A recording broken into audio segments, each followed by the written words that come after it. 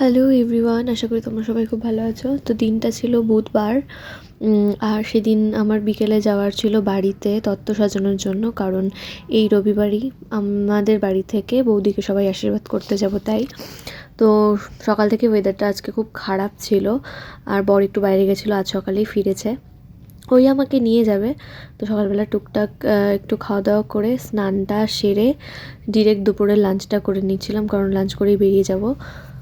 দেন তো ও আমাকে নিয়ে বেরিয়ে যায়, আর বাড়িতে নামিয়ে ও মার্কেটে চলে যায়। আর তখনও মাদের খাওয়া হয়নি, মানে বাবাও আসেনি। তখন প্রায় 3:30 মতো বাজে। তো মা এখানে রান্না করছিল। আসলে শপিংয়ের জন্য অনেক দেরি বের হওয়া হয়েছিল, আর ভালোই শপিং করা হয়েছে, বিয়ে বলে কথা। বাট একদিনেরও ভ্লগ আমি করিনি। আমার একটু লজ্জাই লাগে রাস্তাঘাটে ফোন টোন বের করতে। তো যাই হোক, মা এখানে লুচি ভাত ছিল, বাঁধাকপি করেছিল। তো আমি তো ভাত খেয়ে এসেছি, তো আমাকে বলছিলাম তুমি তারা লুচি ভাজো, আমি এদিকে চা করি, দিয়ে খাই। তো কিছুক্ষণ পর বাবাও চলে এসেছিলো।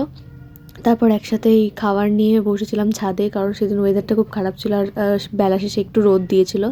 তো বাবা এখানে চেয়ারে বসেছিল, আমি আর মা নিচে বসেই খাচ্ছিলাম। তত্ত্ব সাজানোর জন্য আমাদের কেউ হেল্পিং হ্যান্ড ছিল না, আমি আর মাই ছিলাম। তাই মা তাড়াতাড়ি হাত পা ধুয়ে ঠাকুর সন্ধে দিয়ে আমার সাথে বসে পড়েছিল তত্ত্ব সাজানোর জন্য। আর মোটামুটি 1-1.5 ঘন্টা পর আমার বড় বৌদি এসেছিলো এমনি ঘুরতে। তো তত্ত্ব সাজানো দেখে বড় বৌদিকেও কাজে লাগিয়ে দিই, আমি বলি যে আমার হাতে হাতে করে দাও।